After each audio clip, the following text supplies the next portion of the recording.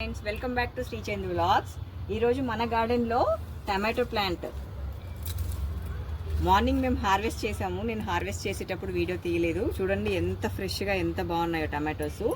చూడండి ఇక్కడ ఒకసారి ప్లాంట్ అంతా మీరు అబ్జర్వ్ చేస్తే మార్నింగ్ నేను ఒక 1/2 kg వరకు కటింగ్ చేశాను. ఒక్కటే ప్లాంట్ ఎన్ని కాయలు ఉన్నాయో చూడండి. ఇదిగోండి ఇట్లో తయారు చేసుకున్న సేంద్రియ పద్ధతిలో ఫర్టిలైజర్స్ ఇస్తున్నాం కాబట్టి ఇంత హెల్దీగా వస్తున్నాయి టమాటోస్. మీరు ఒక్కసారి అబ్జర్వ్ చేసినట్టయితే ఏ ఒక్క టమాటో పుచ్చు కానీ ఖరాబ్ అవ్వడం కానీ లేదు. ఇది మొత్తం కలిపి ఒక్కటే ప్లాంట్ ఎంత హెల్దీగా వస్తున్నాయి చూడండి టమాటోస్. చూసారు కదా మన గార్డెన్లో పండిన టమాటోస్. ఈ టమాటోస్ మనం రెగ్యులర్గా 365 days మన గార్డెన్లో పండించుకోవచ్చు. ఒక్కసారి మీరు ట్రై చేసి చూడండి. మన ఇంట్లో పండించుకున్న టమాటాలు ఎంత హ్యాపీనెస్ ఇస్తుందో.